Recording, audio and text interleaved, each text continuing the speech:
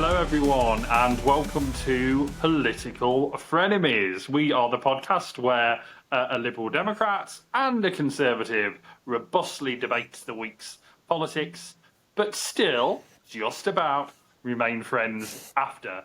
I'm Mathew Hulbert. I'm a Lib Dem activist and a former Lib Dem councillor, and the other guy over there, for those of you watching, and, well, I'll talk about what I'm going to talk about momentarily, but the other guy there is an academic and former Tory defence advisor when they were last in opposition. It is Chris Newton. Now, I'll say hello to him in just a moment, but I've just got to say that, it's kind of... So this is the last podcast of the season. We're taking a wee little break over August, and we'll be back very much kicking and screaming kicking and certainly kicking in September.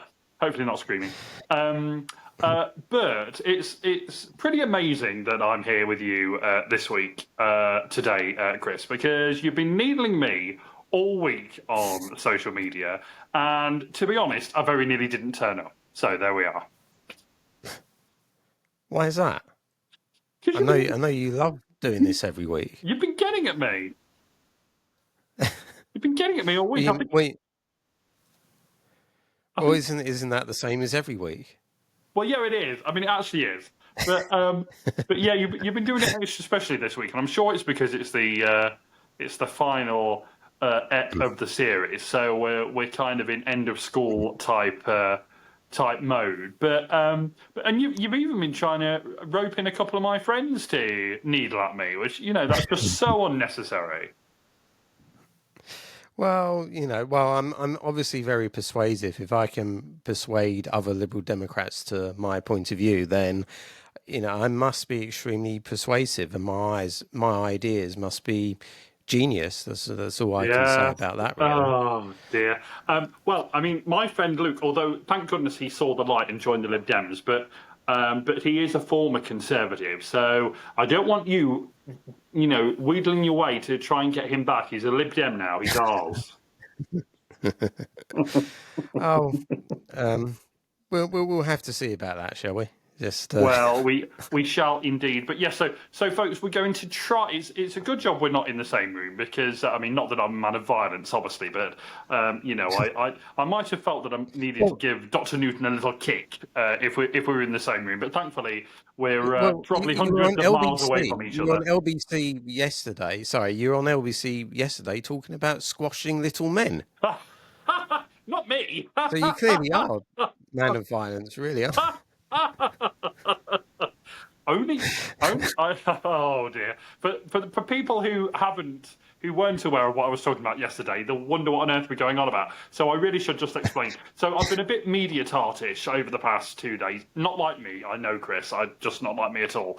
But yesterday, because some of the broadcasters know that I'm a big wrestling fan, they got me on to talk about Hulk Hogan, who died yesterday. So obviously a very big wrestling name, real name Terry Bollea, of course, but character name Hulk Hogan. And so I went on talk and on Ian Dale on LBC yesterday to talk about that, which was really fun to talk about something other than politics. But the Ian Dale interview went in some funny directions, which it often does with Mr. Dale, what can I say? So, he began by asking, well, after we'd talked a bit about Hulk Hogan, he began by asking me why I liked wrestling, because, some people see it as an odd kind of preoccupation. And so I talked about it being very colourful and, all of this. And then I was just honest. I said that, look, certainly as a teenager, as I was discovering my kind of sexuality, there are all of these guys wearing not that much, wrestling each other. So there you go. There you are. So I talked about that. And then Chris doesn't know what to make of that, you see. So I'll move on. Then a bit later, in the interview, he was so we talked about the fact that it's all pre-scripted and all of that, which of course it is. And then he talked about, when he watched wrestling back in the 80s on World of Sport, which people of a certain vintage may remember on ITV on a Saturday afternoon. It was kind of ITV's version of Grandstand, for those of you who remember that as well. And he talked about the Big Daddy days and Kendo Nagasaki and all of this. And I just said, in what I thought was an innocent comment, but it doesn't sound as if it was in the way you've just portrayed it there, Chris. I just said that my favourite was Giant Haystacks, and of course he was the rather rotund, in fact very rotund gentleman who his whole thing was that he squashed the little wrestlers. They were just squashed. They were flattened. And so, you know, I enjoyed that as a kid. So what can I say? So I mentioned that, and Ian Dale was like, I think we'll move on from that. And there you go, Chris. And today I've been talking about the very serious issue of the doctors' strikes, which we'll get onto. So I'm nothing if not eclectic, right? Yeah, you can definitely say that. And you was also on Peter Cardwell's panel as well earlier on in the week last on weekend, yeah. Saturday.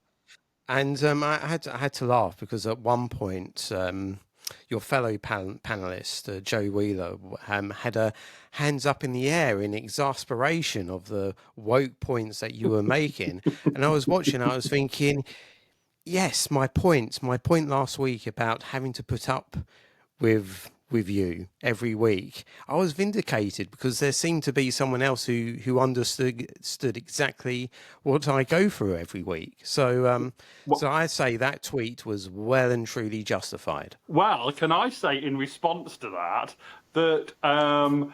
in one of the ad breaks I said to the lovely Jo Wheeler that she should come on our podcast. And that, you know, I said, do you know Chris? You know, former defence advisor. And she said she'd never heard of you. So there we are. All right. You can tell folks what it's going to be like this week. Yes, there you are. But no, so we definitely must get her on, and then she can become aware of you. She's aware of me. She can then become aware of you. I mean, to be fair, there isn't really much of a reason why she would be aware of me unless she listens to the podcast, which she clearly doesn't. But you're aware of her. But yeah, to be fair. Well, yeah, because she's you know on telly, or she's been on telly doing the weather. So of course I'm aware of her. Oh, I thought you knew her. I didn't know. No, I don't know her. No. Oh, well, fair enough. Fair enough then that she's not aware of you. But yes, so I had a lovely time with her. So I'm really hoping that she'll come on the pod. So I mean, we'll have to see about that. No guarantees, folks. But it has been, you know, not just rather male dominated, but exclusively male dominated thus far, Chris. And we kind of need to do something about that, really. Yeah. I mean, I'm not one for quotas or anything like that, but and obviously the whoever we choose are people we consider to be good, and I have to say she spoke a lot of sense. I mean, I don't know about you, Matthew, I don't know about a lot of sense. I think I was the one speaking sense, as I always do when I'm on that panel. But yes, so Chris, can I just say before we actually do get on to the week's politics, and people will understand that we're very end of term today, so you know things are not happening as per normal. But yes, so I'm bearing a little bit of a grudge against you at the moment, Chris, for how you've behaved on social media this week. But we'll see if we can do what we promise on this podcast each week and remain friends at the end of today's episode. We'll have to see how it goes. Yeah, I mean, it's not like you to attack me on social media either, is it? Really? Not at all. I'm sweet and innocent. As people will talking about flattening, squashing. Don't bring that up again. Don't bring that up again. Honestly, that was one of those interviews where you wish you'd never said stuff, but there you are. It's on the record now forever. So let's just talk about what we are going to be talking about today. So we're going to be starting with Labour's week. They are still the government, folks, for good or for ill, and we'll be talking about the junior doctors' strike because I've just not talked about that enough today yet. And then Chris has got down here because you know what he's like. Chris has got migrant hotels and Epping, so we'll be talking about that as well. We'll then get on to Reform UK's week, the Tories week, and the Lib Dems. Oh, and the Corbyn Sultana week. Well, that's new. Well, I don't have a graphic for that. Until they That, actually come up with an actual name for their well, party, it's then your they're party, not is going it to not? get a strap. They're not. Sorry. Your party. Apparently, that's not it. Zarah Sultana said it's not. That's not the name. I mean, well, we'll get onto them later on. Yeah. But are you ready for it, Chris, for this final episode? Yeah. Yeah. Ready as I'll ever be. Here we go then. So let's start off with Labour's week, and let's start with the junior doctors' strikes, which I do feel like I've been talking about all day, but it means I'm very well rehearsed for this pod as we're recording on this Friday evening. So, in fact, before I regurgitate what I've been saying all day, what's your view? I mean, let me see if I can imagine what your view is. Do fill us in what you think about these striking doctors. Well, I think, well, that's, I mean, we have discussed this a little bit a couple of weeks ago, but it was only for a little bit. But ultimately, I think, well, they had a 22% increase last year, which is a massive increase, and now they want a 29% increase, and is just, well, firstly, it's not affordable.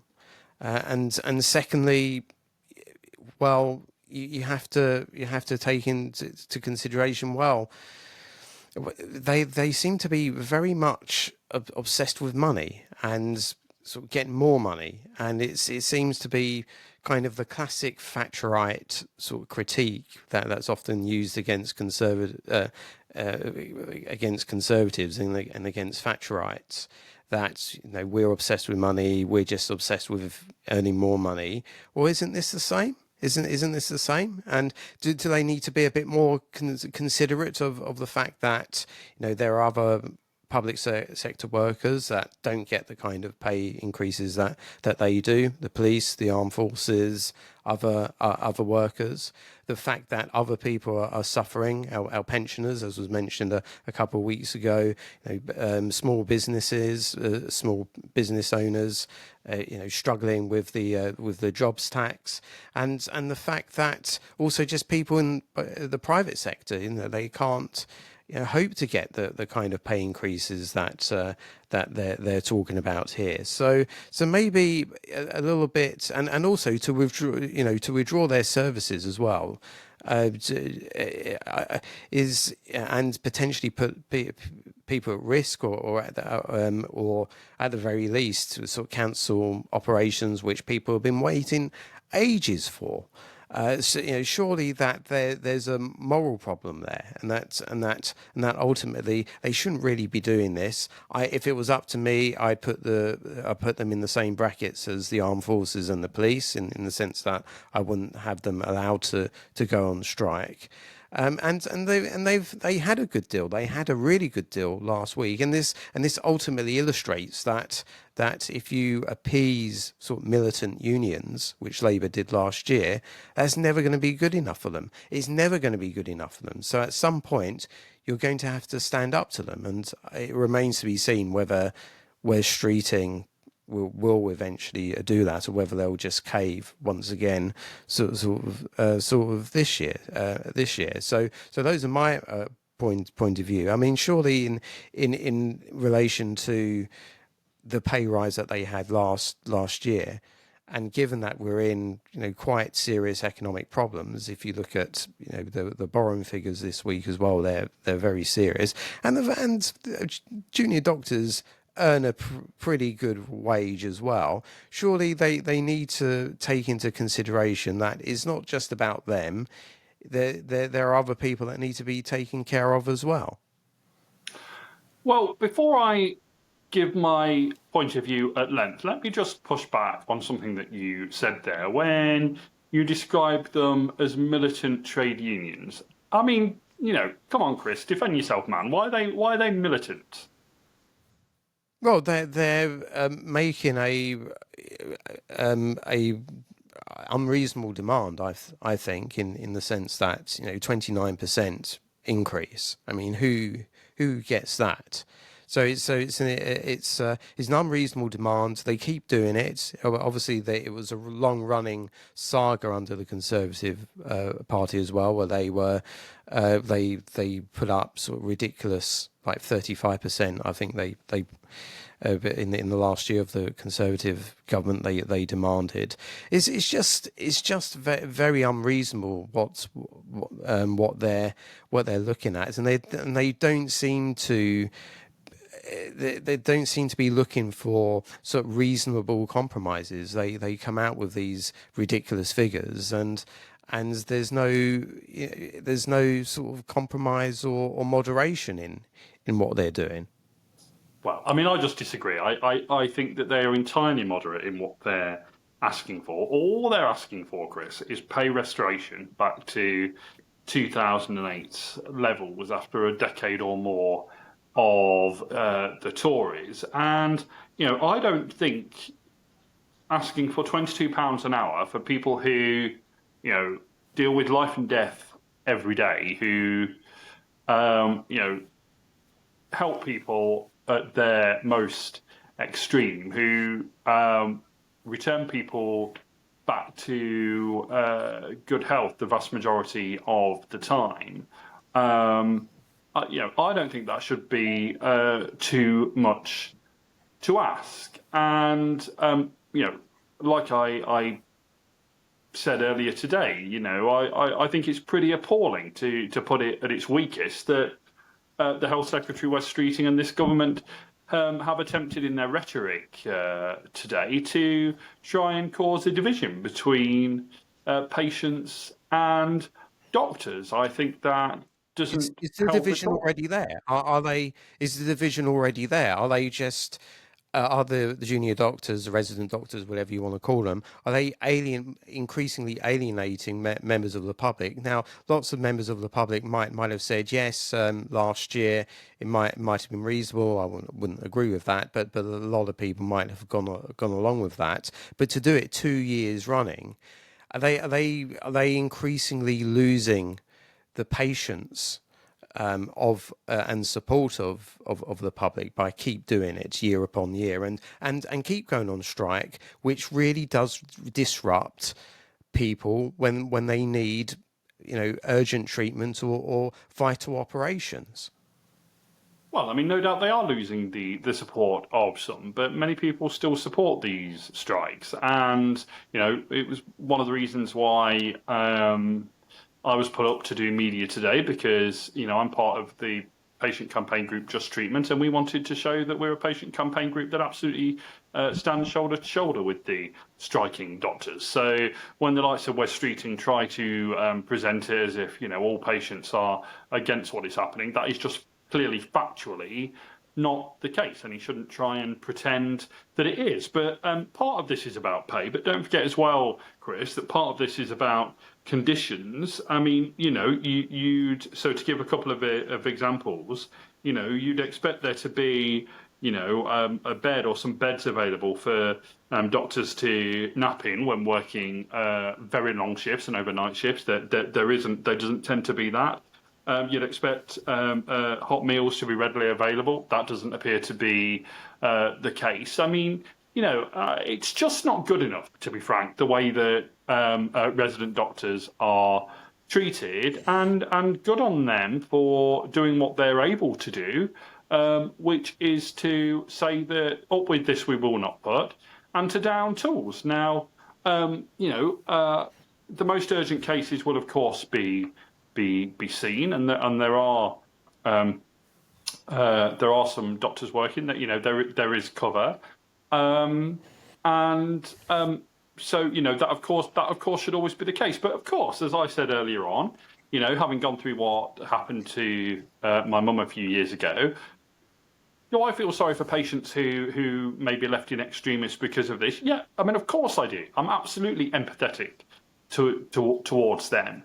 And no one likes strikes. They shouldn't have to happen, but they happen when you have an intransigent government that won't properly negotiate, and that's what we have at the moment. Well, let's look at the situation, shall we? And some of the figures and things that you've put forward. Firstly, this whole measuring back to 2008. Well, junior doctors today wouldn't have been junior doctors in 2008. So it would have been kids, essentially. So this idea that they've lost money just doesn't wash. Likewise, the 2008 figure, that was based on an economy that was absolutely sort of debt fueled and was due to burst because of the financial crisis. So it wasn't. It was a wage that wasn't sustainable, and events proved that wasn't sustainable. Now you keep mentioning, they earn this per hour. Why don't you use the per year figure, right?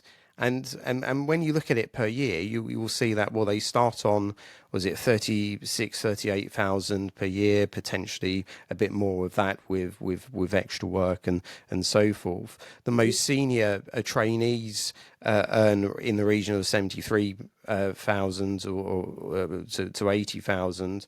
When they become consultants, they can earn around sort of above 100,000.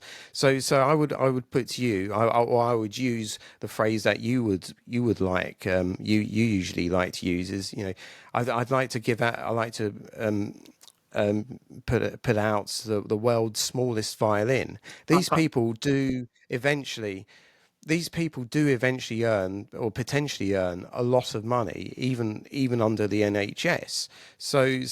And then there are other public sector workers, the armed forces, who won't be able to dream to earn the kind of money that they earn. Right, Chris. Yeah. Chris.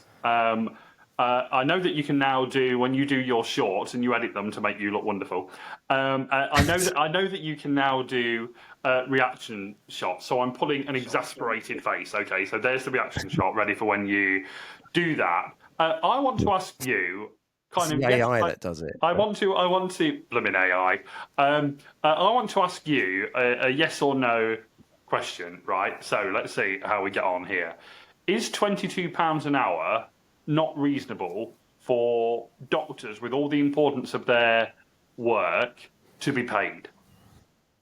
What's that a year? Because if I think sort of 38 grand a year, that's a pretty decent starting salary. Yes, they're in medical school for much longer than everybody else in university.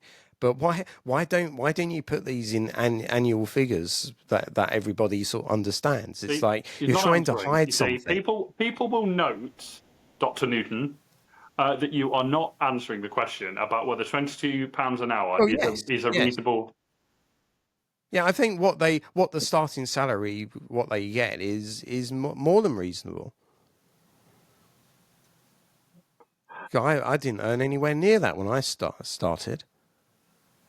No, but I think I think it's a unique job, don't you think?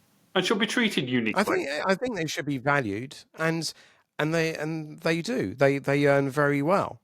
And I should say I've got a solution to this, right? I've got a perfect solution that enables them to earn more, to enable them to earn even more than what they get in the NHS. Now that a lot of these doctors threaten, or many of them say that they're going to leave the NHS. How committed they are to the NHS and to the principle of nationalised healthcare for other countries which have privatized healthcare and private systems. They want to move from what they consider to be a poorly paid job to organisations that are better paid. Well, why don't we bring that market into the domestic market? So why don't we have different providers, private providers, have them compete on price, and that way the doctors can earn whatever they want. It's genius, isn't it? I mean, you're just trying on this last step of the series. You're just trying to push my buttons. I know you are. Look, Chris. I mean, I know that you conservatives who didn't support the NHS when it was first set up when Labour. Oh yeah, because I was around then, wasn't Yeah, I? well, I know I've got a grey beard, but when Labour implemented the idea of the Liberal William Beveridge to set up the NHS, the Tories of the time opposed it, and whenever they're in government, because they know that it's so popular that they can't just outright get rid of it, they try and kind of destroy the NHS by stealth, as they have over the past 14 or so years. But people. And obviously, I'll be the first to admit, of course I would, after what happened to my mum, that the NHS often isn't good enough. But I would say that that's not the fault of the folk who work in it, who do their best, who got into a caring profession to do exactly that, to care. It's a fault of a system. And it's a system which is broken after all of these years of being underfunded and increasingly privatised. And so what we at Just Treatment want to see is a properly public NHS and a properly funded NHS. And that means taking the funding up to the European average, which the last Labour government did and which we call on this Labour government to do. So so that's what I'd say about that. I'm going to say that this European average is not going to be sustainable. It's not going to last because the Europeans were able to spend what they did on health because they were effectively relying on the United States to provide a good amount of burden in terms of their defence. That's why they were able to spend more on healthcare. Now that the Europeans have realised that the Americans aren't going to be as reliable in the future, I don't think they're going to be able to spend as much more on healthcare as they used to be. If we take into consideration what they're saying on defence is serious, and many countries seem to be more serious than us. So when you're comparing our system with theirs, well, firstly they use a completely different system, which we've debated beforehand, but it's based on a situation where they didn't have to pay as much for defence as they are going to in the future. So you have to take that into consideration, I think. Well, of course, I bow to you on defence matters as I always do, Chris, because it's your speciality, and I wouldn't gainsay what you say on that. But I think over the past 3 years that I've been campaigning since my mum's death, I've become, if not an expert on the NHS, then at least fairly knowledgeable about what I believe needs to change. And so I did a bit, not a broadcast bit with LBC, but I spoke on the phone to one of their reporters earlier for a bit that should be appearing on their website tomorrow, Saturday, as we're recording this on Friday evening. And one of the things that I said to her was that, it's our view at Just Treatment that, it's all right saying, we're going to plug these gaps by using the private sector, and it's what West Streeting always says. But our very strident view is that each time you do that, each time, instead of actually, plugging the gap by properly funding and ensuring that the NHS as a public organisation can itself plug its own gaps, when you use the private sector, all that does is further undermine the NHS as a public service. And we really think that whilst we could kind of disagree with it, but whilst we could kind of understand that from the Tories, because as I say, they, in their heart of hearts, the Tories would really like to be rid of the NHS because they don't believe in the public sector at all. We expect Labour to be better than that, and it's really yeah. So what matters more? So the outcome and delivering a health service which is efficient and delivers for people when they need it, or the reputation of the NHS? Because I put the former ahead of the latter. I don't particularly care for the reputation of the NHS. I care what they deliver, and if what they're delivering isn't good value for money, isn't actually good for people and the patients, then we need to have a fundamental look at it. But what do you mean by we need to have a fundamental look at it? What do you mean? Well, we need to, as I've said before, we need to look at whether the model is sustainable in the 21st century. This model that was devised in the 1940s, is it, if there was anything else, Mathew, you would say that anything that was created in the 1940s has no place in the 21st century. So why is the exception for the NHS here? It is sustainable. As I said on Talk earlier today, it is sustainable if we bring in something which I know is something else that you don't like, Chris, and that is progressive taxation.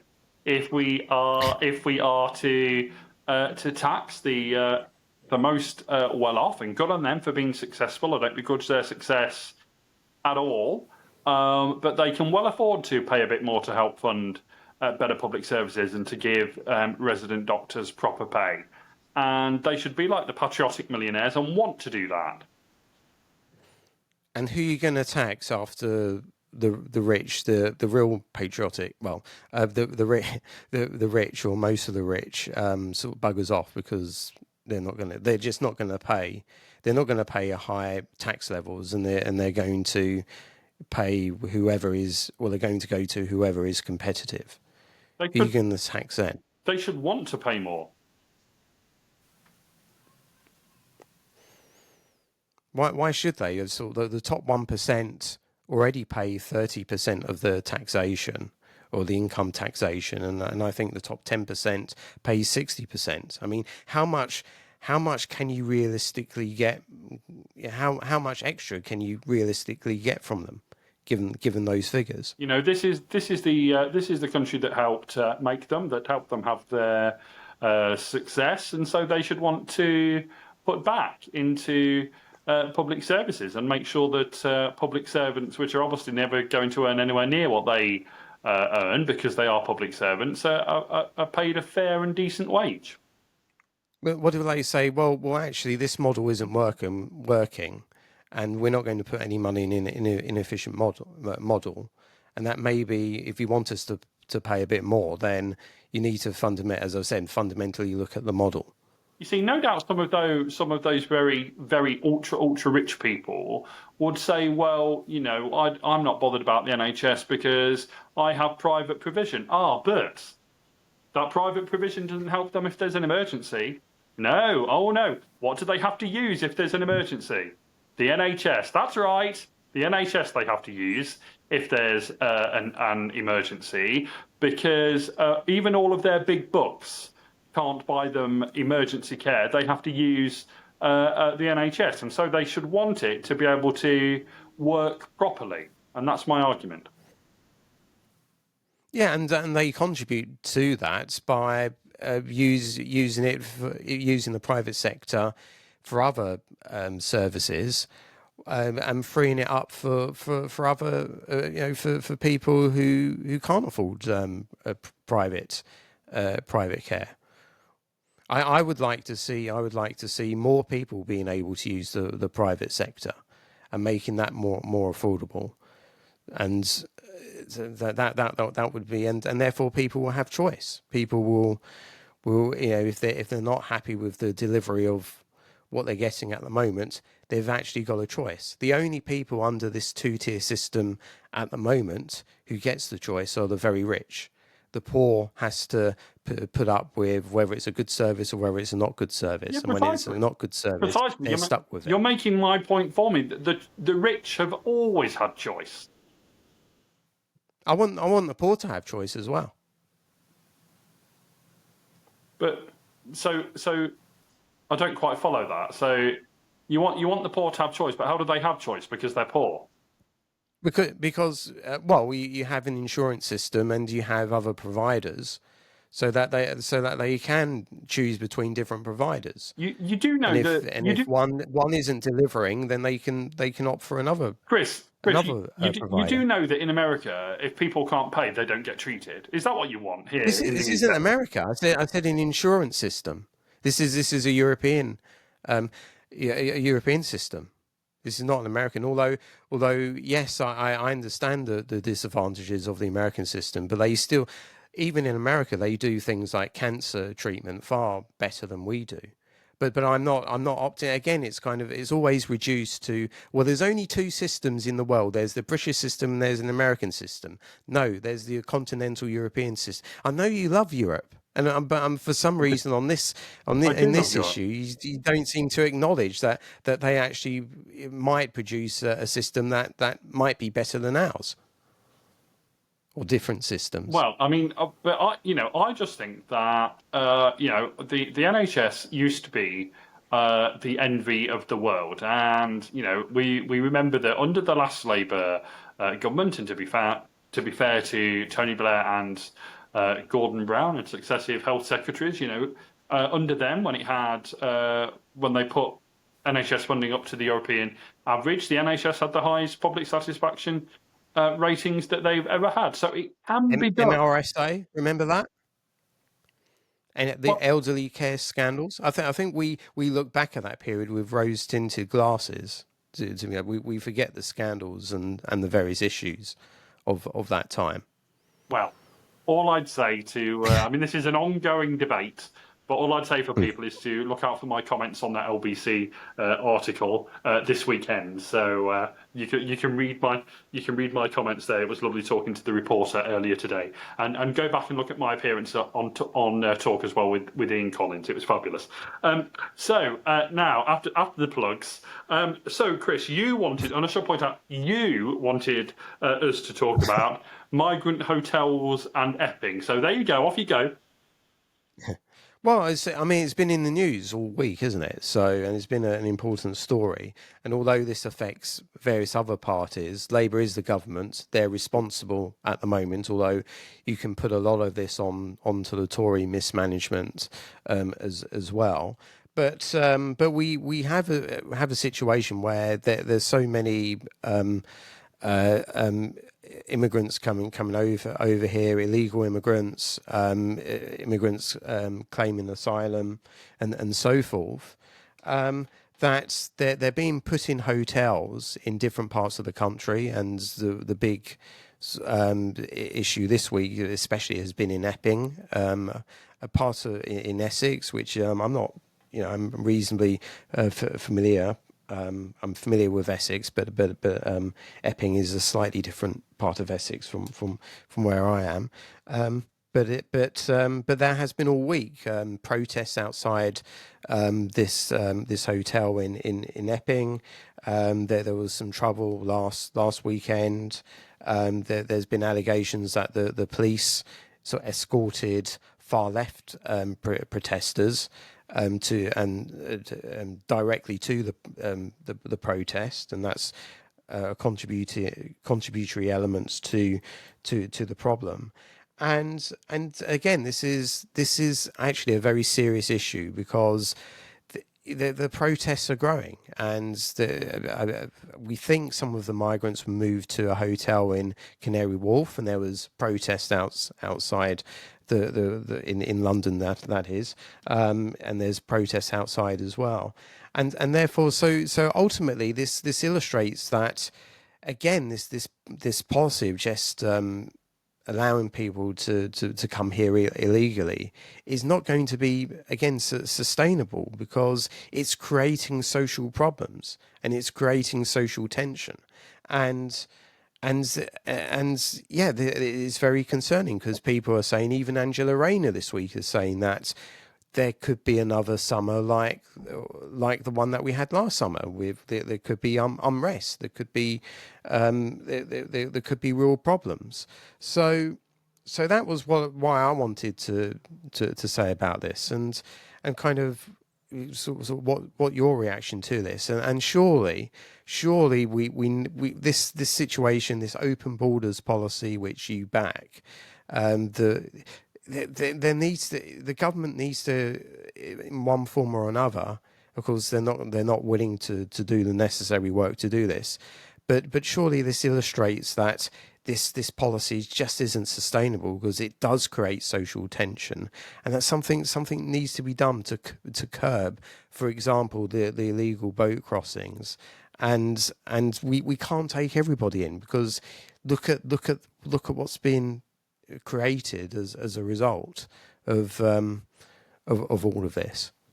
Well, Chris, I mean, how about we ask the question whether it is really whether tensions being whipped up is really the fault of people who've come here seeking a better life, or whether it's actually the fault of all too much of our media who loves to whip up these kind of stories and then say, "Oh, look, Well, there's." well, in the case of Epping, there has been an allegation of as a sexual crime. Has it been proven yet? Again, an allegation. Person's been arrested Right. and charged, but So, obviously it's important to stress at this point, right, is not being convicted. exactly, and But there is concern. That but that is a legitimate concern, isn't it? but Chris, it's like I said on talk last weekend when I was on with Joe Wheeler and the always lovely Peter Cardwell that the fact is that you can talk about however many people charged. Charged does not mean convicted, and people are innocent until they're proven guilty, and we have due process in this country, and people should wait to see what the outcome is of legal proceedings in these cases. But I think that and I am going to get the point out here, Chris, that I think in a way I don't even particularly blame the people protesting. I blame the people who whip them up to protest, and that is not the people seeking a better life. That is numerous media outlets who think it is to their advantage to create tension so that they can then report and go, "Oh, look at that tension," which I would argue they are at least in part, rhetorically at least, kind of responsible for. Don't people have their own minds? They don't need to be whipped up by anybody if they see something that's concerning. I mean, an influx of people in any kind of, and again, Epping is quite it's connected via the central line into central London. I wouldn't say it's kind of remote and isolated, but it's a town. It's not. It's not a massive sort of city or anything like that. Surely the influx, whether they're good people or not, the influx of a large number of young single men, that is going to cause disruption regardless of whether they're upstanding citizens or not. And there is the cultural concern as well, but just on the sheer numbers, that ultimately a lot of these places, the influx of these people changes the whole dynamic, changes the whole sort of numbers between residents and immigrants. That by itself creates, it completely changes the area, doesn't it? And they do have a legitimate concern there. But don't you think, Chris, that if people were made to feel more welcome, which is literally the opposite of what they're made to feel, that they might integrate more and in some cases behave better than they're behaving? I mean, don't you think that they're made to feel anything but welcome in this country? I think well, if you look at over the past, especially over the past few years, the past few decades, I think we have been a very welcoming country. We've been very welcoming, for example, towards Ukrainians. We've been very welcoming towards people from Hong Kong, but. But again, you can't. Just like you can't say that every migrant, is good and isn't good and upstanding. You can't say that everyone is good as well. And then there are problems, there are tensions. There has been documented cases of, for example, young males hanging around schools and so forth. That's not to say that we demonise everybody, but there is a legitimate concern, and if the government continues to ignore legitimate concerns, that's where you have the problem. It's got nothing to do with the media whipping things up. It's to do with actual cases happening on the ground and the establishment being in complete denial about what's happening and not coming up with effective solutions to solve them. So we're going to get to Reforms Week in just a minute, but you know, just to mention Nigel Farage now, do you think, Chris, and I'll put it at its mildest, do you think that his rhetoric is helpful when it comes to trying to quell tensions? Well, I think this week he was pointing out that what everybody was seeing in the footage, and that there seemed to be the far left masked. A lot of them was masked protesters, sort of being escorted to the police and being put in an area that was far too close to the actual area, and then the chief constable coming out and saying, "Well, it's not for me to comment on decisions being made in his own police force," is utterly bizarre. So yeah. I think that was a legitimate. There was a legitimate point to make. You don't think that counter protests are perfectly legitimate?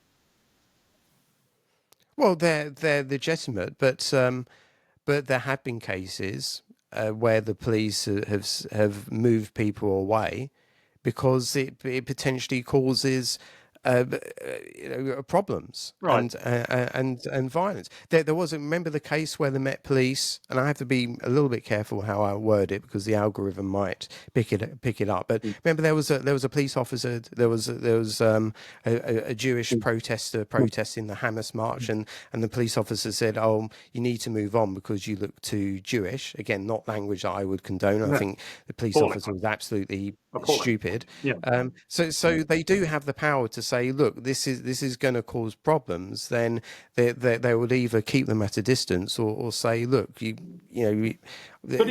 a threat to public order. But it's difficult, isn't it, Chris? Because and I agree. You know, we don't want tensions inflamed more than they already are.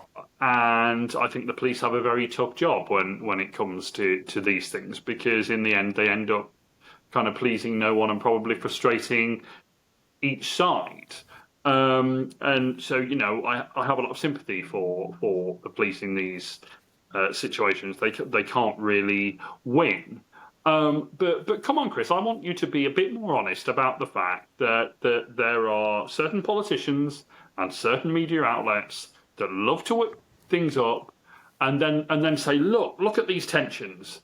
These are the good, upstanding, ordinary folk of Britain, and they're not being listened to. I mean, are you telling me that doesn't happen? Well, of course, there are activists, well-known activists that do that, and there are people on the other side that whip things up as well. But there is also a view, a perfectly reasonable point of view, which says that we have concerns about what's going on in our community. The council or the government isn't telling us, and we discussed about Afghanistan sort of last week. They're not telling us what's happening. There are problems. There are reports of suspicious activity or criminal activity, and people do have a right to raise them. And if you try and shut people up, if you try to suppress them, that's where problems get even worse. And we've seen this over and over again, and we discussed this last week as well. I don't disagree on that point, Chris. But you know we're both adults, and this is like an adult podcast. So let me just ask you, and this is a question, it's not a statement. But let's be honest, Chris. How much of this, with some people at least, and hopefully only very much a minority, but how much of this is raising concerns, in inverted commas, for those listening, and how many of this is latent racism?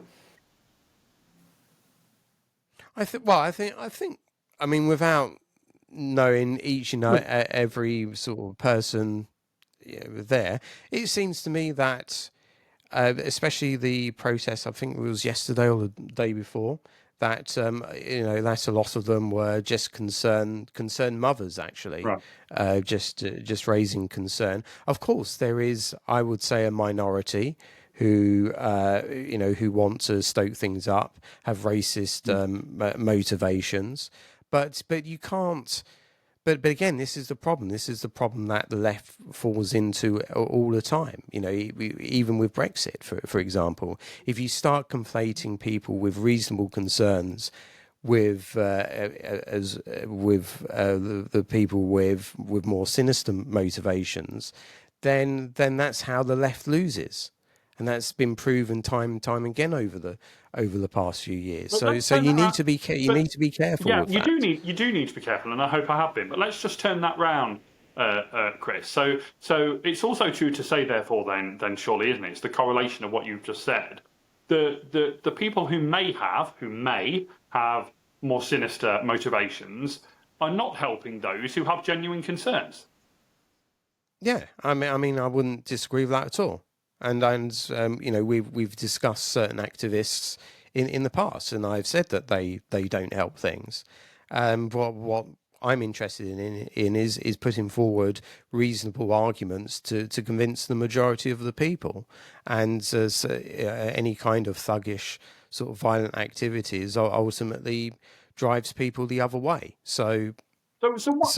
yeah, of course. So what is the answer to this then, Chris? And let's try and be, you know, let's really. I know we come at this from different perspectives, but let's really try and be reasonable. So in terms of people, and obviously there's very different groups of people, and you know, we shouldn't try and claim that it's all kind of a hodgepodge. You know, there's people who claim asylum, and actually in most cases their asylum applications are accepted, which means that they are, you know, they have been proven to be fleeing persecution, etc. Then you have people who I think people get the most frustrated, but it doesn't particularly frustrate me, I have to say, because I'm very liberal on immigration, but which a lot of people, perhaps most people, get frustrated about is what we call economic migrants. So even though I would say that they're wanting a better life and that there's nothing wrong with that, people would say that ultimately they're not fleeing any kind of persecution. They have just come here for economic reasons, and that people don't like that. You know, what is the answer to that then, Chris? And surely it's something other than just the Nigel Farage. We should kick them out like willy-nilly. I mean, surely it's something. It needs to be something a bit more sophisticated than that. No. Well, firstly, I think you do, and I'm not trying to be provocative here, but I think sort of you on the centre and centre left do need to recognise that due to the big numbers that we've seen, both legal and illegal immigration, that has undermined the argument for immigration among the public. Clearly, the direction of travel, the zeitgeist, so to speak, is you know, certainly a much more, I wouldn't say anti-migrant, but certainly pro-controlled immigration, certainly more so than say 10, 20 years ago. Which Farage says he's in favour of, by the way. Farage says he is in favour of controlled migration. Yeah. Yeah. But I do think that the answer is that the establishment does have to get on top of this, and does have to look at all measures to get to a situation. I mean, you can't. I mean, surely you can't. We can't have a situation where we have the numbers coming into our country into the channel illegally, because it's illegal. I know you say people aren't illegal, but what they're doing is illegal. So you do have to crack down, and you do have to look at every kind of mechanism, whether it's law enforcement. I would say you need to look at the legal framework as well. I think the legal framework was again designed, like the NHS, designed for another era. And you do need to look at things like the ECHR. I know you will disagree with me on that, but I think the public really wants this being solved, and as long as the establishment, Labour, kicks this problem into the long grass, you're just storing up further trouble in the future. But do you have any? I mean, maybe the answer to this is no, in which case fair enough. But do you have any sympathy at all for my position, Chris, which is that I really feel that I'm genuinely one of the very few people in any kind of public forum that because sadly even, you know, my own party leadership appear not to want to do this to any great extent, to defend immigration as at its purest form a public good, and that it's good for our society, and you may argue this point, but most figures that I seen throughout the years tend to show that it's good for our economy too, and good for our society. I mean, Well, the economy's been flatlining since 2008, so I'm not quite sure well, that okay. But washes well, the anymore. broader point then, do you have any sympathy with my point of view at all, or do you think that it's just plain wrong? I think you can have too much of a good thing, Okay, right. and this is what's happened, and this is what's happened here. Yeah. And yes, we want to help people. Yes, we of course that's the natural kind of instinct, but there is a limit to what any country can do, especially a country which is geographically as small as ours, and there has to be some recognition. We do our bit, and I think we have done more than our bit, especially in the last few years with Ukrainian refugees and Hong Kong refugees. We took in loads, right, especially Hong Kong, and we did have a historic obligation with So Hong what should Kong. level? So here's an example. Here's an Mm, example, Chris. And you obviously supported Brexit, and fair enough. That was your point of view, and that was what mm, a majority of people voted for. But I was speaking to a friend of mine who works in the university sector last weekend, and he said that that's been devastated, literally devastated by the loss of European students. Now, so I guess I mean I'm just wanting us to be reasonable on some of these points. We mm. do need a certain level of immigration. We do need foreign students in our universities. We do need people from abroad working in our NHS, and it's daft to pretend otherwise, is it not? Well, of course. I mean, I've always said immigration should be controlled, but there are other elements to this as well. We should encourage more where it is possible, more people out of benefits into Yeah. work. We should be doing that. So and yeah, but at the same time, I mean, you talk about the university sector. I mean, I work in online education, Right. and that's the programs that I work on is very popular, and that's one way round the foreign student element. I think, and the program I teach on is very international, and so forth. But also you have to recognise that there's the economic element which again is not which I'm not so convinced of, given the performance of our economy. But immigration also creates demand in itself. So you say yes, we need the doctors, but the demand is also being created by immigration. So it is kind of a self-defeating sort of purpose there, and yeah. So you've and also there are of course. I'm sure that you must agree with this as well. For immigration to work, there has to be consent among the existing Right. population. And at the moment, that consent is being tested. I wouldn't say it's been completely thrown out the window. That consent is being tested, and that's not good. That's not good for people who advocate my position, and it's sure as hell not good for people who advocate your position as well. Yeah, and I don't disagree on that point. So just to round up this part then, Chris, I mean, so looking at this, we've talked about the issue itself there at some length, but politically speaking, then, for the government, I mean, how do they square that circle that they will have some in their party who, are fairly liberal on these matters, like I am, and they have definitely got those in the party who are at the other end and who are, basically agree with you, and then a kind of, moderate centre who perhaps feel a bit of both. And yet we know that there's no easy solution to this. I mean, there are people who think I mean, Nigel Farage may think he's got an easy solution to this, but it's very easy when you're in opposition. There isn't an easy solution to this. So speaking purely politically, Chris, I mean, what should the government do?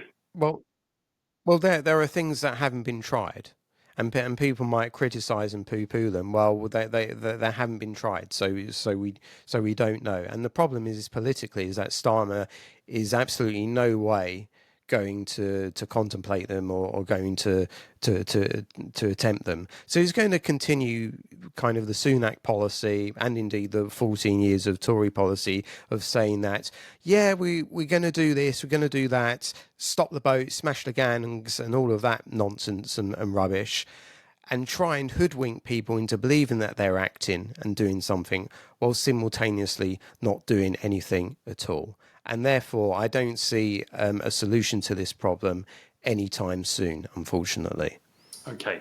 Can I just mention one perhaps positive for the government this week? And we're not going to do this at any great length because actually it was originally announced some time ago, but apparently it's finally all come together this week. And that was the India trade deal. And, you know, from you know, the commentary that I've heard on this, including, you know, even on like the Spectator podcast, which is hardly fans of this Labour government, they said that, you know, this was a good thing from Labour. It was an achievement. Yeah, and again, it's kind of a Brexit aspiration. See, this is the great thing about Brexit. You can do all trade deals with with all different countries. So I'm glad you're on board, Matthew. Oh, dear. But I mean, I haven't had time to look at the detail. But of course, there are issues again going back to the immigration question of visas and free movement and so forth. I need to see what's been finally agreed there. But there is again potentially sort of political problems stemming from that. But yeah, yet another Brexit benefit, Matthew. Oh dear. I should never have mentioned it. Now, just to say, folks, that you know, we look forward very much in our new season in September to welcoming back quite regularly Chris Carter, who is our Labour contributor, and Chris is absolutely fantastic. So yeah, really looking forward to bringing him back. We've still had no one come forward to be a Green contributor, so they obviously just don't want their party represented on this podcast, Chris. And we're both wearing green today. Well, indeed. So... I mean, what more can we do? I mean, come on. Yeah. Come on, Green Party. Sort yourself out. Shall we move on? Because we've done a lot on the government there, and obviously people will understand why. They're the ones who can actually do stuff. Shall we go on to reforms week? Now, I must admit, Chris, I can't pretend to be overly across this, so maybe you can help us out. What is this? What is the? I know I've been aware that I have read a little bit about the fact that they're having this summer all about crime, aren't they? I have heard that, but do you know more details about this crime policy? Yeah, I mean, Farage announced a whole raft of different policies, like 30,000 additional police officers, zero tolerance policing, sort of bringing the Giuliani style of policing to the UK, end early release, expand stop and search, build more prisons, including 5 Nightingale prisons, which it sound like a good idea, but just calling them Nightingale prisons just makes me laugh a bit. But there's that.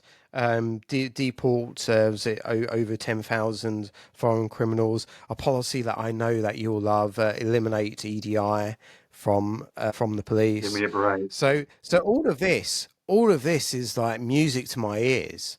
And I'm just like, this is, oh yeah, the controversial one was potentially sending as a stopgap, sort of potentially sending prisoners to foreign prisoners, including El Salvador. So that's another one. But this package of message is music to my ears. I'm just thinking, yes, I've been waiting for someone to say all of this for ages. But folks, something that we'll be watching next season is because, you know, we always factually introduce Chris as, you know, former Conservative advisor, and of course that's quite right. You know, he absolutely was that. But I think we're all watching his slow perhaps not so slow navigation to being a reformer. Yes, I very much think that that is happening. He's cozying up to Farage and his crew. Is that not right, Chris? Well, I make no I've always been honest that I've always sat in the intersection between the Conservatives and Reform or UKIP or whatever it is called at one particular notice. I just want to see a real Conservative Party, and we'll have to see what both parties bring, but. But I think this is the moment for radical radical policies and options, and I'm looking. Yeah, any Conservative will look at what the Tories are doing and what Reform is doing. What I just want to see is some kind of accommodation. I hate the fact that it splits along this way. It's happened on the left all my lifetime. So about time it happened on the right. I'm enjoying that. But yes, folks, we'll keep an eye over the summer on social media, and then back when we return. I'll just say there may be some developments in over the coming months. Not necessarily what you're hinting at, Mathew, but. But all they say is that there may or may not be sort of developments. Oh, that's all. There you go. Well, I'm very, very intrigued about that now. Well, folks, there you go. I mean, if that's not something to stay tuned for, both on Dr. Newton's social media and also for when we return in September, then I don't know what is. We're all really eager to find out what those developments are. Can I just point out that I'm going nowhere? I'm staying very much in the Liberal Democrats, and we'll get onto them a little bit later on. Let's also just quickly mention the defection this week in Wales of this individual, Laura Ann Jones, former Conservative MS, member of the Senedd, member of the Welsh Parliament, who is the first Reform MS. I think I can fairly say that she's someone that is not entirely without controversy, but nevertheless, she is now a Reform member of the Senedd. I don't know if you, or Senedd, I think I should pronounce that correctly. Apologies, Chris Carter will be having my guts for garters. But I don't know if you know much more about that, Chris, but I mean, how of note is that, do you think? No, well, it's a shame that Chris isn't here because he'd probably he'd probably tell us more. I mean, again, it's not a story. It's been a big story, but obviously it doesn't resonate as much in England as it would in Wales. But of course, especially with the elections coming up, obviously this is not good for the Tories, and I know that's, as there's been a few MSs that have been on defection watch among the Tories. It's just another. Again, the momentum's shifting away from the Tories to Reform, and yes, it's not. It's just not good for the Tories, is it? Really? No, and I think it's going to be, and that's why it's great to have Chris on board. That in the run up to one of the big stories of next year is going to be the parliamentary elections in Wales and in Scotland, and seeing what happens there, but perhaps especially in Wales, where Labour could be ousted there for the first time, not just in terms of in government, but the fact is Labour have won Wales elections basically for 100 years, and in terms of the people most voted for there. So I mean, this could be really, really seismic. So we'll see what happens there. Let's move on to the Tories week then, and obviously the main thing has been the shadow cabinet reshuffle this week, and I tweeted out, Chris, that normally I love a good reshuffle. Love a good reshuffle. Me, it's like my I'm not a football fan, but football fans have their what's it called, the football deadline day. I politicians really love, and political geeks really love reshuffles. But I just couldn't bring myself to be excited at all, Chris, about this. I mean, were you? Yeah, and well, what I tweeted out as well. It's just. I mean, to be honest, I don't think. in terms of the sort of briefing of it, it was never going to be sort of a massive reshuffle, a dramatic reshuffle, but still, it's been a bit of a damp squib. The headline of course is James Cleverly is back as a shadow housing What do you make of secretary, that? and I think again, Cleverly is a well-respected, good media performer. He brings name recognition, which the Tory front bench badly needs. But again, as we were discussing last week, is he going to be a great reforming shadow minister and minister? I had my doubts about that. And again, and there have been other promotions as well. Most people would not have heard of any of these people. I mean, there might be one or two things that the right might take a little bit of comfort in. Sort of Neil O'Brien, who's been sort of tweeting a lot on sort of Leicestershire immigration MP, of course, Neil and O'Brien. things as policy renewal sort of chair. But the key things I think to take Can I away just ask you, and I just factually don't know, why is that a shadow cabinet position? Is that not an internal Tory position? Yeah, there has. I mean, I don't know. I don't know exactly how things are now, but there has always been like a policy chief who chaired the Conservative Research Department, which I worked for. That has always seemed to be the case, because I think Oliver Letwin was Right. policy chair when I was working there. So yeah, so that's the person who's kind of in charge. I've been hearing this week people discussing the fact that, and even though perhaps this won't be a name known to most people, that people have been within the Westminster bubble at least have been shocked by the fact that Lee Rowley has made an exit. Apparently, he was really important to Kemi Badenoch. Is that right? Yeah, but apparently they were absolutely tight together, and I don't know whether it's because of the performance over the past few months, or whether Lee just wanted to go into the private sector after a while, because opposition compared to government is a bit of fall from not is a bit of a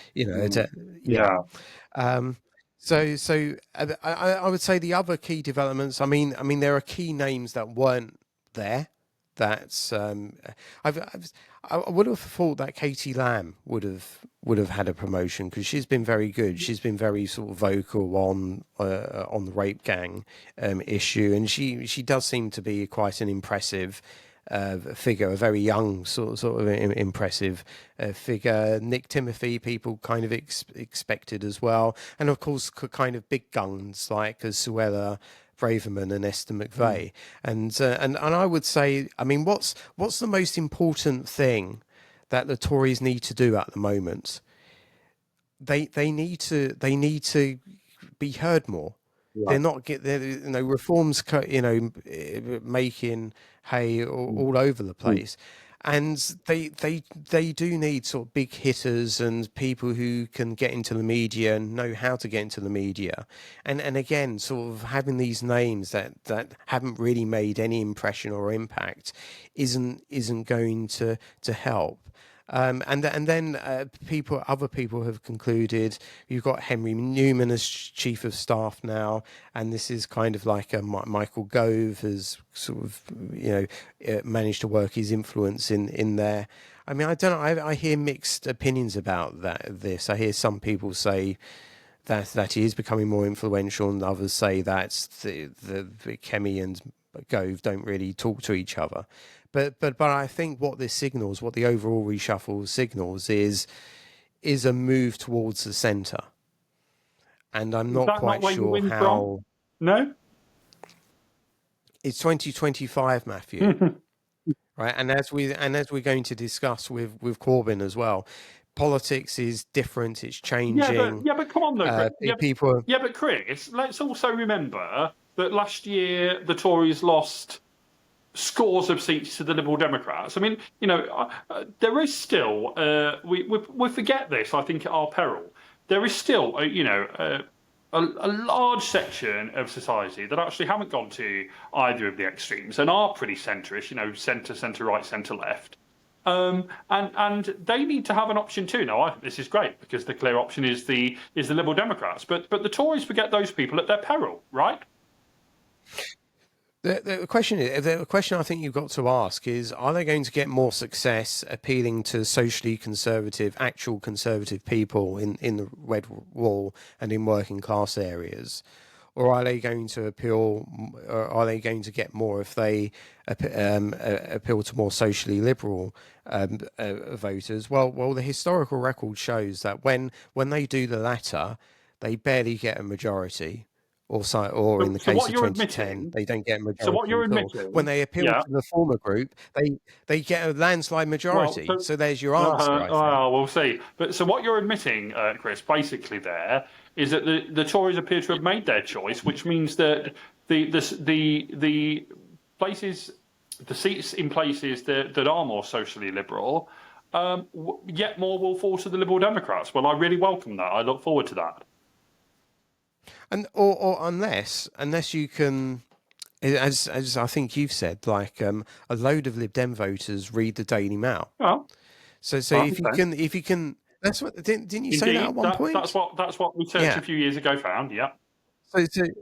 So if you can get kind of, if you can appeal to those elements of actual Lib Dem voters, then maybe you can get a few of those on board as well. But I don't see how given that the two sets of voters are so different now, they're very different in how they see social issues.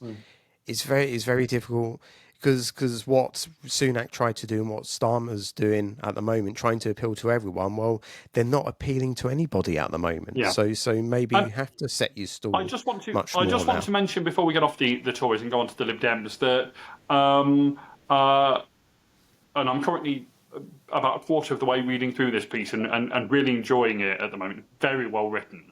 And it's the New Statesman cover story by one of their writers, Will Lloyd.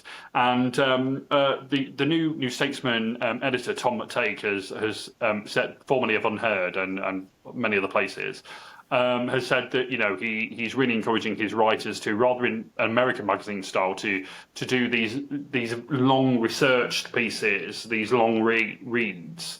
And one of those has been published this week on the front cover by Will Lloyd, and it's about the leadership of Kemi Badenoch.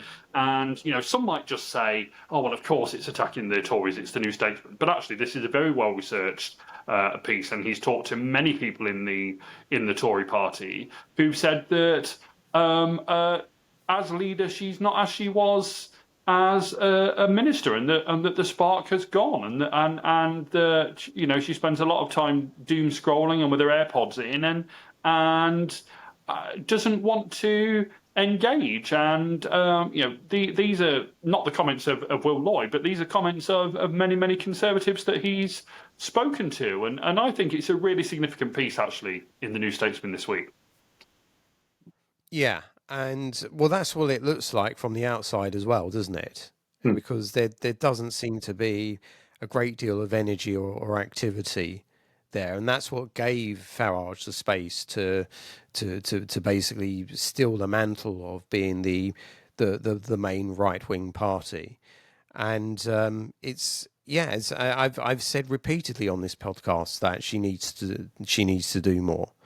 We've seen a bit of improvement over the past few weeks, especially at Prime Minister's questions. But is it too little, too late? That's a key question. So do you look into your crystal ball now, Chris, which I know you have there? Do you think that she will be challenged come November when she can legally be challenged? I think I'll still stick with what I said in previous episodes, which is I think her party conference speech is going to be key. Right. I think it's going to be potentially another sort of IDS moment or a Cameron 2007 moment. Of course, IDS completely sort of blew it in 2003, and Cameron sort of, that really kind of turned things around for Cameron in 2007. So I think a lot hinges on the speeches. If she delivers if she doesn't deliver a good conference speech, then I think you would expect a challenge. I think, but it Yeah. still seems a bit too early in the parliamentary cycle. Right. That's the other thing. Just by the by, because we're talking about party conferences there, what do you make, Chris, of the fact that the BBC is not sending Politics Live and apparently Newsnight to cover the party conference, to actually be at the party conferences? Yeah, I think that's a great shame, and I mean, it was a big loss when they stopped streaming the conferences as well. That was always broadcast on BBC Parliament. I don't see how they can say funding is the issue, given the amount they spend on other things and other sort of well-known presenters and sports presenters and so forth. But hey, it's another opportunity for GB News, I should imagine. Other broadcasters are available. But yes, I speaking thoroughly selfishly, I miss the days when it used to be broadcast on BBC Parliament, because when Lib Dem conference was covered and I made some platform speeches, it got shown obviously on BBC Parliament. So very much miss those. Very much miss those days. Was your speech better than Truss's speech? Of course. Have you seen Truss's I have indeed Lib Dem seen it speech from her short stint in the Lib Dems. Although, of course, not that no doubt she's gone back on this now, but the Liz Truss of then and me would have agreed, because, of course, she put a motion to conference to abolish the monarchy. So there we are. Let's turn to the Lib Dems then, finally, and no doubt very briefly. The main thing this week, and this is very much a kind of, Lib Dem family type thing. I'm not sure it's yet broken through to the wider consciousness, but I do think it's an important thing for the future of the party, and that is the president of the Lib Dems. Now, people may be unaware of this position. It was formerly held by Tim Farron and other people before he became leader, and currently held by Mark Pack, Lord Pack, as he now is. But it's an important position for dual reasons in the Lib Dems. One, they chair a number of internal party committees, and that enables the party to run, and so it's important in that sense. Number two, actually three things. Number two, they're kind of chief campaigner for the party and get around the country geeing up Lib Dems, which is always important for any party. And number three, they're an extra spokesperson for the party, and actually, other than the leader, they are the only other directly elected leading office holder in the Lib Dems, because although the deputy leader, obviously currently the wonderful Daisy Cooper, are talked about as, for obvious reasons, shorthand reasons, as deputy leader of the party, actually the party doesn't get a vote on who is the deputy leader. They're really just deputy leader of the Commons caucus. That is what they really are. But they're kind of shorthand called the deputy leader of the party. But members don't get, ordinary party members don't get a vote on who is the deputy leader. So the president position is important. Lord Mark Pack is term limited. He's coming to the end of his time as president of the party. And today, on the Friday that we're recording this, Josh Babarinde, who is a fantastic Lib Dem MP for Eastbourne since the last election, and who, I've written in my Lib Dem voice column previously that I think he will one day lead the party, and I can't wait for that day. I think he'll be fantastic. A wonderful campaigner, a very vibrant personality. He has today declared that he's running to be the president of the party, and I should point out I've already given him my support. So we'll see who he faces, if anyone. I'm sure there will be a challenge. They like to make sure in the Lib Dems that these things are contested, but I can't imagine who could stand against him that could beat him. So I think it's a name that you may not be aware of, but it's definitely a name for the future, and that's Josh Babarinde. So I think he's going to do a great job. So there you go, Chris. There was something to talk about for the Lib Dems this week. Yeah, well, it makes a change, doesn't it? Folks know that he always just puts a question mark right beneath the Lib Dem. Everything. He's just trying to needle me, folks. What can I tell you? I'm so ready for this break. I mean, God love Dr. Chris Newton, but I'm so ready for this break, I can't even tell you. But I think we have just about remained friends, Chris, yes? What do you reckon? Yeah. Shall we just briefly cover Oh, I forgot. the Oh, Corbyn? do we really have to? Yeah, go on then. Go on Yeah. then. Yeah. I know. I don't really, but it's potentially a very important Right. development. I mean, they did have they kind of had a disastrous sort of Yeah. non-launch a few weeks ago where Sultana announced it, and then Corbyn said, "Oh no, we're not." No, but this week they officially announced it. Announced the launch of this new party. It doesn't have a name at the moment. They've calling it. Well, they're not calling it. So the website says Your Party. And that was confusing in So itself, and right?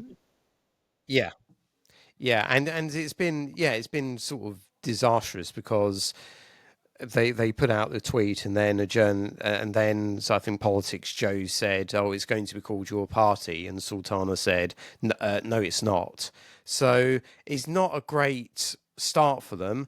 But does that actually matter, given that they're polling at the moment? They're polling quite well. So it could be it could be it could be like Reform in the sense that no matter what they do, they're going to get And support from hardcores anyway. And what does this do to the left and to the Lib Dems? Does this mean that Lib Dems are going to struggle I now? don't think it says actually that will be the potential losers. I think actually that it may be the Greens. And I think you talk about the fact that the parties of the right need some kind of rapprochement. I think very quickly after this party comes into being of the left, that especially if Zach Polanski wins the Green leadership, which I fully expect him to, I think there needs to absolutely be some kind of alliance about who's going to stand where and all of that, because if not, I think it'll be a kind of self-defeating for them, and that's always been the problem with I don't know. Could fairly call it the hard left, but I think what I mean. I don't expect it to particularly affect the Lib Dems because even though we're lumped in with the left, actually, we're fairly centrist, and so I don't particularly think it'll affect us. But it'll be really interesting to see what happens. And hundreds of thousands of people have already apparently signed up to the party website,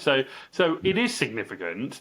And that'll be something that we very much will be looking at when we come back in September. But Chris, yeah, we've made it to the end of another season of Political Frenemies. It's been great fun for the most part. We've had some fantastic guests on, thanks to Ian Dale and Peter Cardwell. Chris Carter, who is obviously going to be a semi-regular with us, and Councillor Mathew Goodwin Freeman. They've all been fantastic, and lots more planned, right, Chris, for when we come back? Yeah, we've got lots of guests potentially lined up, so do tune in for those. And we'll probably, and given the sheer amount of people that we've got, there'll probably be more regularly as well. So that's something to look at to look out for. And party conference season in September, October. So we'll be starting off with that. We will, and I can't say too much yet because it's not been announced, but I'm chairing a fringe meeting at Lib Dem conference, so much more on that as we head towards September. But yeah, folks, please. Actually, I should say there's 2 or 3 weeks of Parliament before that. So actually, when we return, it's actually there is a So we look forward to that. So folks, please do all the internety things. Please like, please subscribe, please tell your friends, please follow us, as many more people have done, on Twitter or X at Pol Frenemies. Please do all of that stuff, as I ask you to do each week. It's really important for us. Our numbers are creeping up, which is really, really good to see. And again, we're having some lovely comments about our podcast, even though I should note, Chris, and I knew that you'd like this, that I saw someone said that beneath a tweet of yours that I think I'm quoting this right, that Hulbert knows nothing. So that was very nice. Yeah, lovely. So any final words, Chris? Yeah. Well, I hope you all have a good summer break, and we'll be back raring to go. Although I should say that if anything does kick off, if there's any big political story over the course of the summer, then we'll probably We'll probably do an ad hoc or one or two ad hoc episodes. We might even live stream them as well, if I can work out how to do that. Oh, that's So exciting, isn't it? So, yeah. so much to look forward to potentially over the summer, and definitely from September onwards. But I think me and him need a little bit of a break from each other in the meantime. So, from my very good friend, still, Chris, it's goodbye. It's goodbye from me. And it's goodbye from me. See you in September on Political Frenemies.